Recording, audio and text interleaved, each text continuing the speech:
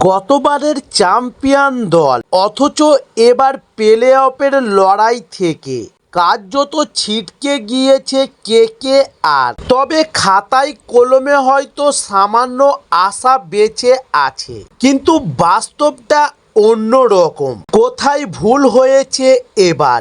আরসিবির বিরুদ্ধে নামার আগে দলের ভুল খুঁজে পেলেন মনীষ পান্ডে। তবে বেঙ্গালুরুতে মুখোমুখি হবে কেকেআর এবং আরসিবি। তবে লিগ টেবিলে 11 ম্যাচে 16 পয়েন্ট নিয়ে দ্বিতীয় স্থানে রয়েছে আরসিবি, সেখানে 12 ম্যাচে 11 পয়েন্ট নিয়ে ষষ্ঠ স্থানে রয়েছে নাইটরা।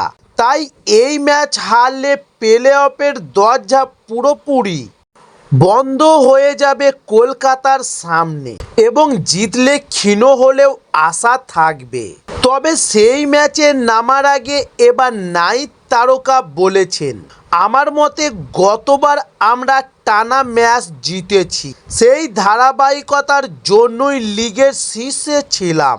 তবে আইপিএলের মতো টুর্নামেন্টে সেটা খুবই গুরুত্বপূর্ণ। এই বছর আমরা একটা ম্যাচ জিতেছি, তো পরেরটা হেরেছি, এটাই গত বছরের থেকে এবারের সবচেয়ে বড় পার্থক্য।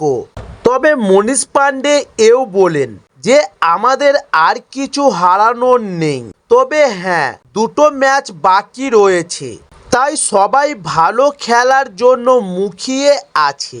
কিন্তু যথেষ্ট শক্তিশালী দল নাইট রাইডার্স, তাহলে এরকম ধারাবাহিকতার অভাব কেন? এ বিষয়ে মনীষ পান্ডের যুক্তি যে আমরা ব্যাটিংয়ে ভালো, বোলিংয়েও খারাপ হয়নি, কিন্তু ব্যাটিং এবং বোলিং দুটো একই সঙ্গে সব ম্যাচে ভালো হয়নি। আমাদের কোচ ও প্লেয়াররা এই নিয়ে চিন্তা ভাবনা করছে। আশা করি পরে আমরা আরও লক্ষ্য নিয়ে নামব, চেষ্টা করব আমরা ফের ধারাবাহিকভাবে ম্যাচ জিততে পারার।